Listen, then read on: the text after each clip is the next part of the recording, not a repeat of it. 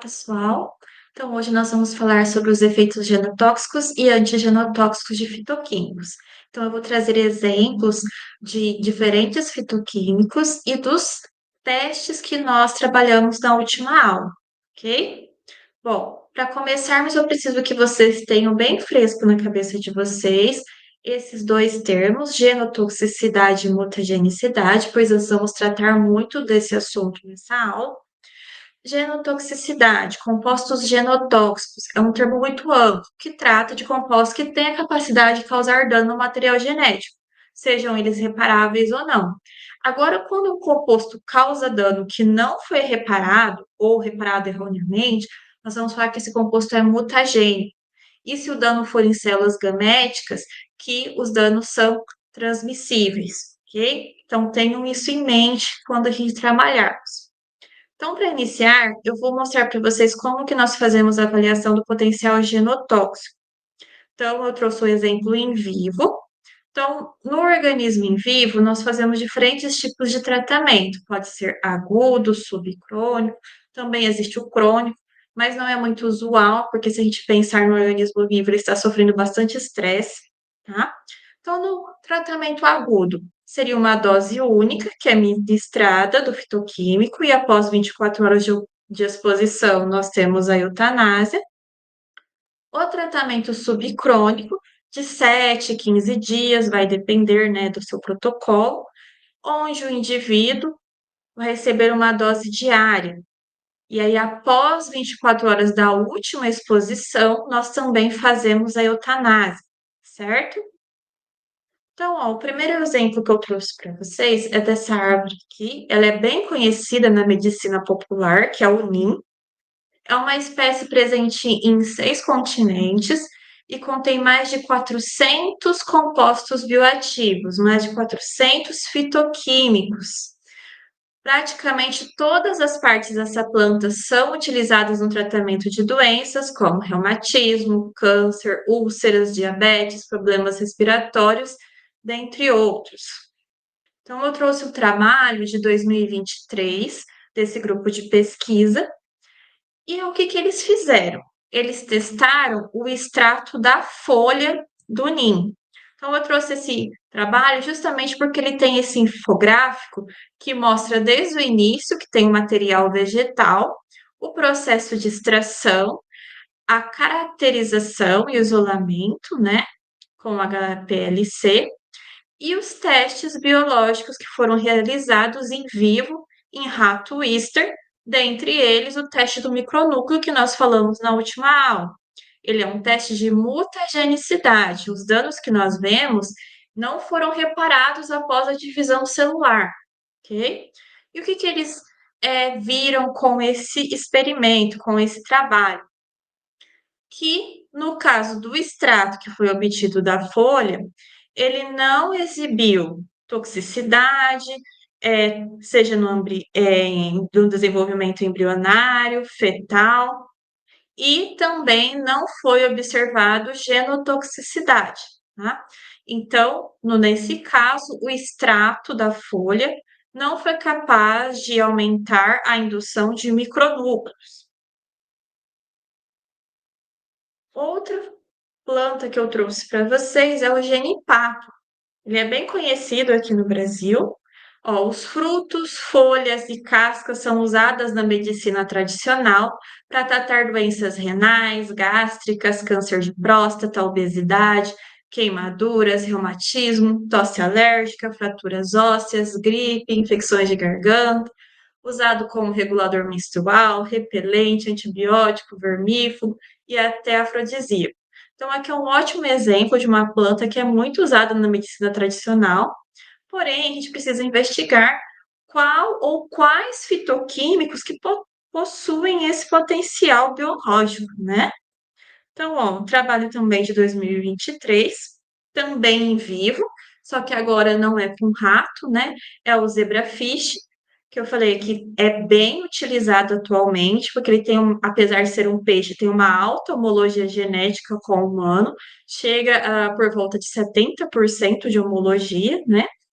E aí foi investigado também o extrato da folha do genipapo E foi visto que, dentre outros tipos de análises, como a histológica, que não observou-se genotoxicidade, certo? Aqui também é o teste do micronúcleo, foi feito com o sangue, né, desse peixe aqui, um esfregaço, é um teste muito rápido. E, mais uma vez, um extrato de folha de um organismo em vivo, e não foi observado potencial genotóxico. Foi até observado algumas alterações a nível histológico, porém, potencial genotóxico não foi observado. Outro exemplo que eu trouxe para vocês é o suco de uva. Então, aqui a gente não está falando mais de extrato, e sim do suco, certo? A uva está presente diariamente, né, na nossa alimentação. Muito se fala do potencial benéfico, né, dessa fruta, então, seja comendo a própria fruta, seja utilizando o suco e até vinho, né, e tem aquela discussão se faz bem tomar o vinho todo dia ou se é melhor tomar apenas o suco. Enfim, ela é conhecida pelos seus compostos fenólicos, principalmente o resveratrol, né, que possuem atividade antioxidante. Então, é bem conhecido.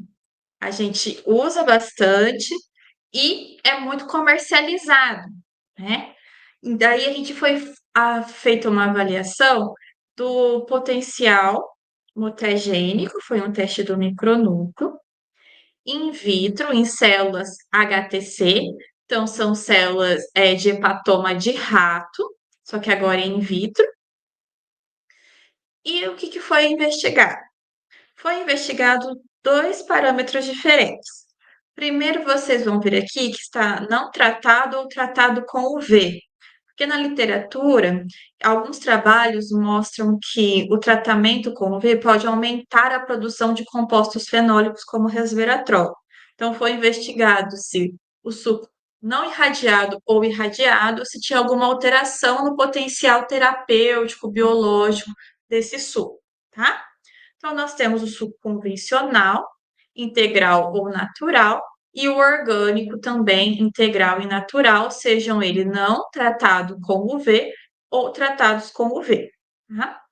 Então, aqui ó, nós vamos ver o percentual de indução de micronúcleos e aqui todos os tratamentos. Então, todos eles são observados em relação ao controle. No caso do nosso controle, ficou aqui por volta de 24,67% esse percentual. Então, vejam que a grande maioria dos sucos, eles ficaram com um percentual próximo do controle ou até abaixo, principalmente o suco orgânico, né? E todos diferiram do controle positivo, que é um agente mutagênico que tem ação conhecida e realmente ele é usado para ter certeza que essa célula tem uma responsividade para um agente mutagênico, ok? Então vejam o resultado desse trabalho aqui. A grande maioria dos sucos ficaram com uma incidência de micronúcleos bem próxima do controle e muito abaixo do controle positivo. Então, aqui ó, tem uma figura que foi observada e publicada nesse trabalho. Então, ó, a célula em cultura foi tratada com a citocalasina, então por isso que tem dois núcleos, né, que inibe a citocinese. E aqui a incidência de um micronúcleo, e aqui uma célula com dois micronúcleos. Pode ter, professor, mais de um micronúcleo? Pode até ter bem mais que isso, três, quatro, mas é mais difícil de encontrar, ok? Normalmente a gente encontra um micronúcleo apenas. Então, diferente dos outros dois trabalhos que eu tinha trazido anteriormente, esse trabalho foi realizado in vitro, em células de rato. Então, a gente não expôs mais o animal, e sim fez um tratamento e uma análise in vitro. Além do extrato, do suco, nós também podemos avaliar compostos isolados, como é o caso do ácido vanílico, né? Que é um composto fenólico de interesse comercial, usado na indústria alimentícia como aromatizante, conservante e aditivo alimentar. É encontrado em diversos cereais, grãos integrais, frutas, ervas, chá, cerveja e vinhos. Então, também é um trabalho do nosso grupo de pesquisa, foi realizado in vitro com células HTC, as mesmas do trabalho anterior, então são células retiradas de um hepatoma de rato, e foi avaliado a incidência de micronúcleo, então foi feito um teste de mutagenicidade. E a gente pode observar que foram avaliados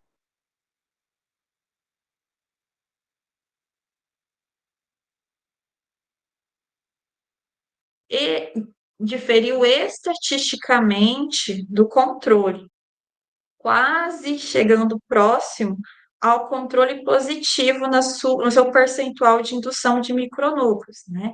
Então, é um composto que é muito utilizado, né, comercialmente na indústria alimentícia, só que em concentrações mais altas pode induzir um aumento da incidência de micronúcleos.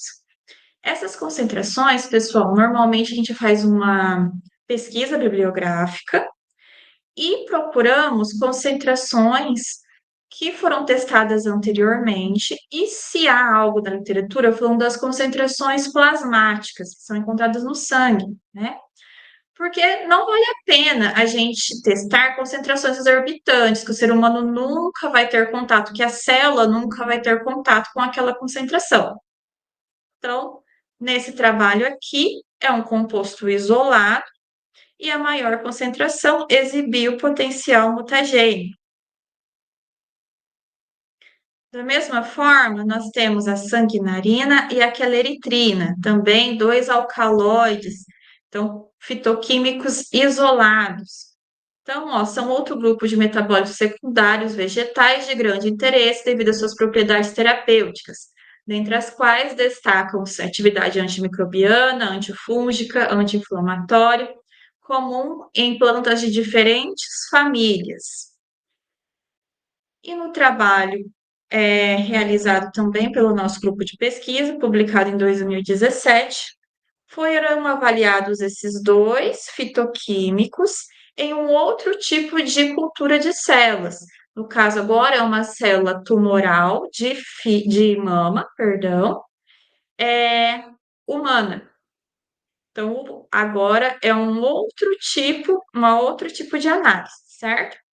E aí vejam aqui, todos os ensaios que eu mostrei na última aula, eles estão citados aqui. O ensaio de citotoxicidade, o MTT, citometria de fluxo, foi avaliado a viabilidade celular e o ciclo dessas células. E como ensaio de genotoxicidade, foi realizado o ensaio do cometa. E esse trabalho observou o quê? Que no ensaio do cometa, a sanguinarina exibiu ação genotóxica para essa linhagem aqui, no caso, a nossa linhagem de mama. Então, é um resultado satisfatório, e a gente pode pensar o que com isso? Posso afirmar que posso utilizar a sanguinarina como quimioterápico contra o câncer de mama? Não, é um resultado preliminar. Mas o que eu posso afirmar é que mais trabalhos, mais estudos precisam ser realizados, porque a sanguinarina exibiu um potencial genotóxico para uma linhagem tumoral, né? Em uma determinada concentração. Então, agora a gente tem que buscar o mecanismo de ação. O que está acontecendo ali, né?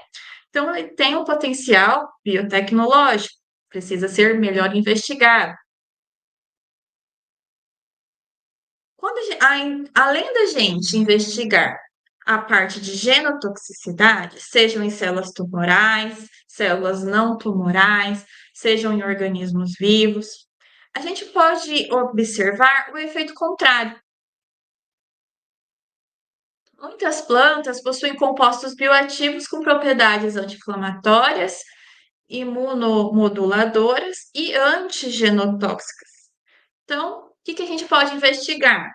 Se esses compostos fitoquímicos, se eles podem atuar na proteção contra agentes conhecidamente genotóxicos, ou ainda no reparo. E como que isso é feito? Bom, novamente eu trouxe o exemplo aqui em vivo para vocês de diferentes tipos de tratamento.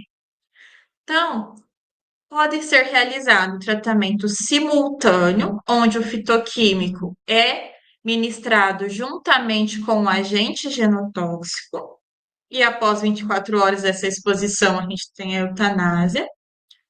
Um pré-tratamento, onde o fitoquímico é ministrado 2 horas antes. Depois disso, o agente genotóxico é ministrado depois de 2 horas, já deu tempo do organismo metabolizar esse fitoquímico. E aí, após 24 horas de ter sido ministrado o agente genotóxico, a gente tem a eutanásia. E o pós-tratamento, onde primeiro é ministrado o agente genotóxico e depois de 2 horas o nosso fitoquímico. Então, no caso de proteção, a gente estaria pensando aqui, tanto no tratamento simultâneo quanto no pré-tratamento, e em reparo no pós-tratamento, tá? Então, ó, o exemplo de duas plantas, a mil-folhas e a pata de vaca. A mil-folhas é uma antiga erva medicinal nativa da Europa, usada para tratar feridas, distúrbios gastrointestinais, hepatobiliares, hemorragias, doenças espasmódicas, inflamação, dores de cabeça. Apresenta vários metabólitos secundários, como óleos essenciais, dentre outros. E a pata de vaca, bem conhecida aqui no Brasil, não sei se vocês conhecem, mas ela é uma planta asiática bem adaptada ao nosso clima e é uma das plantas mais utilizadas pela medicina popular contra a diabetes, né? Então vamos ver um pouquinho sobre elas. Então foi realizado um trabalho em vivo, também pelo nosso grupo de pesquisa, no qual foi avaliado não mais micronúcleo, agora a gente está falando de aberração cromossômica, lembra lá que é um pouquinho diferente. E aí, o que que observou-se nesse caso? Então, aqui, ó, nós temos o tratamento simultâneo, o pré-tratamento e o pós da mil-folhas, e aqui da pata de vaca. Sim, o pré e o pós. E aí, em relação ao controle, eles diferiram, porque tem uma maior indução de aberração cromossômica, porém, também todos os tratamentos diferiram do nosso controle positivo, que é um agente mutagênico.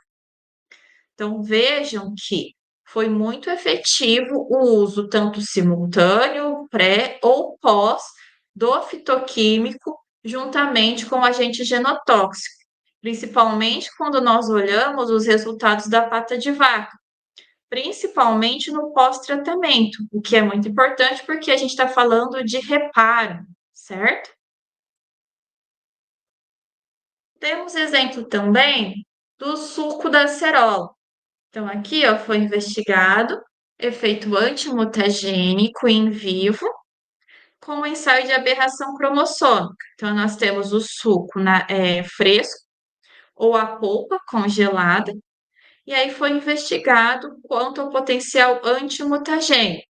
Então, vejam aqui está apenas o suco, então o suco fica bem próximo do controle, enquanto que os tratamentos do suco, juntamente com o agente mutagênico, ficaram bem abaixo, certo? Então, eles diferem estatisticamente, apesar de diferirem do controle, também diferem do controle positivo. Outro exemplo é a erva de São João, que é uma planta herbácea nativa da Europa, Ásia Ocidental e Norte da África, e é reconhecida mundialmente para o tratamento da depressão leve e moderada. Então, tem diferentes propriedades que são usadas pela medicina tradicional. Aqui também foi investigado o potencial de antimutagenicidade da erva São João, e aí foi feito também a aberração cromossômica em vivo, e nós temos o seguinte resultado. Então, veja aqui, é a erva São João, resultados bem próximos do controle. E aí aqui o tratamento simultâneo, o pré e o pós.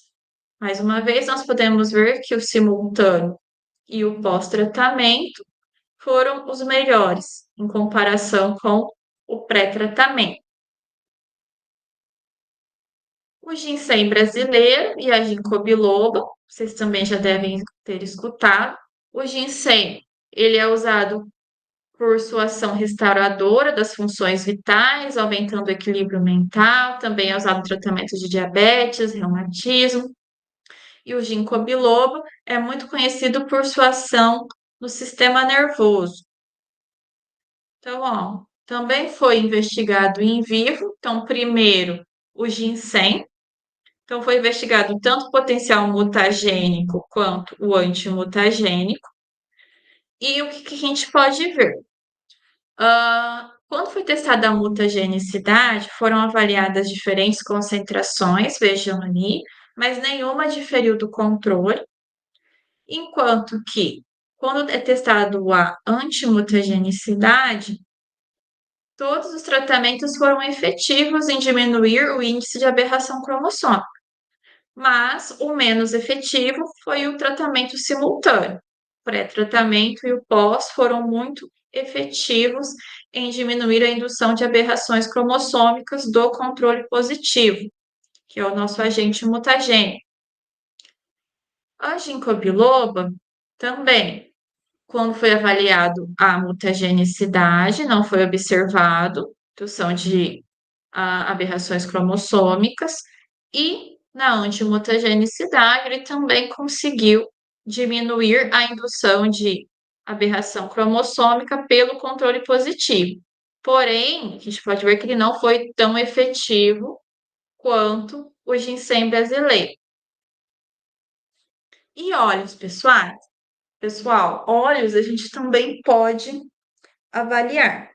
Então, tem esse trabalho aqui do nosso grupo de pesquisa, foi realizado mais recentemente, 2022, onde foram investigados o óleo de copaíba e o óleo de linhaça.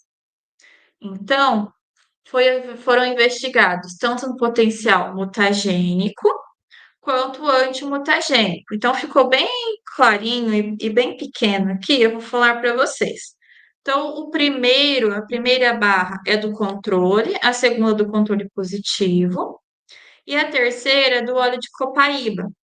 Então, vejam que ficou um resultado bem próximo do controle. Então, não aumentou a indução de aberrações cromossômicas. O quarto, quinto e o sexto são tratamentos sim, pré e pós.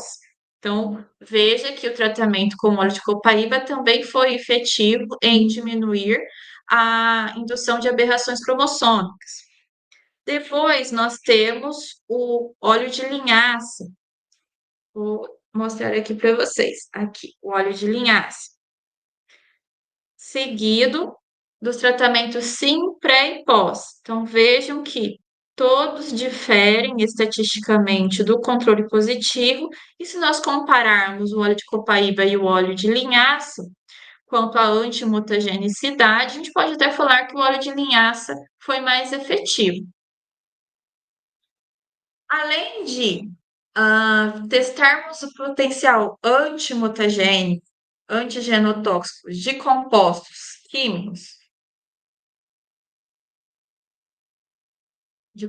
químicos que têm a ação genotóxica conhecida, nós também podemos avaliar a proteção de agentes físicos, como os radioisótopos, né? Então, aqui eu trouxe um exemplo para vocês que foram avaliados o beta-caroteno e a acerola. Então, a gente já tinha falado um pouquinho da acerola antes. Quanto o seu potencial de proteção com a radiação do iodo 131. O iodo 131, ele é bem usado na medicina. Por quê? Para identificar alterações aqui na nossa glândula da tireoide. A tireoide, ela precisa de iodo, tanto que a gente tem na nossa alimentação o sal iodado, né? Justamente para suprir a necessidade de iodo da nossa glândula da tireoide. E quando a gente precisa fazer marcação para observar alterações na tireoide, é utilizado o iodo 131, porque ele é radioativo, então é, ele vai se ligar aqui na glândula da tireoide e quando for feito a análise, ele vai irradiar, então vai formar a imagem, né?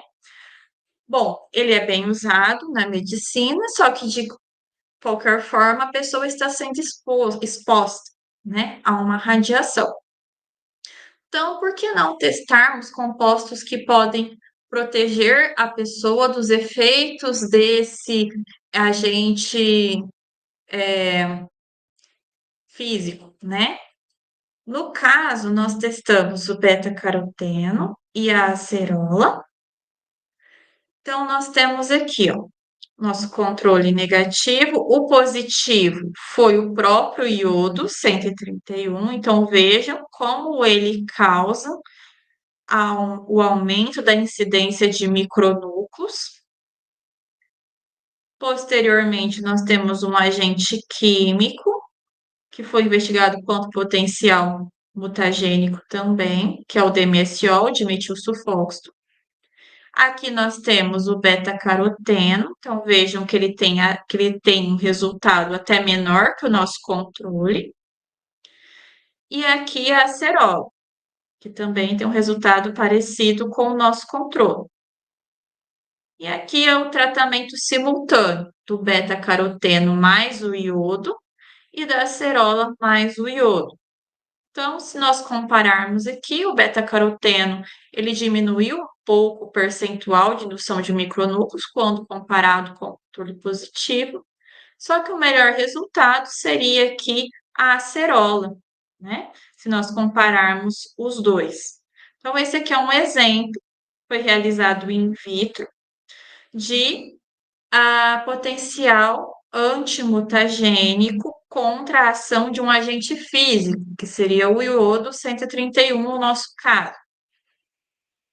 E, por fim, a ação de um composto isolado. A gente já havia falado do ácido vanílico, lembram lá? Então, além da investigação do potencial mutagênico, foi realizado o teste de antimutagenicidade, né? No caso, foi realizado o teste do micronúcleo.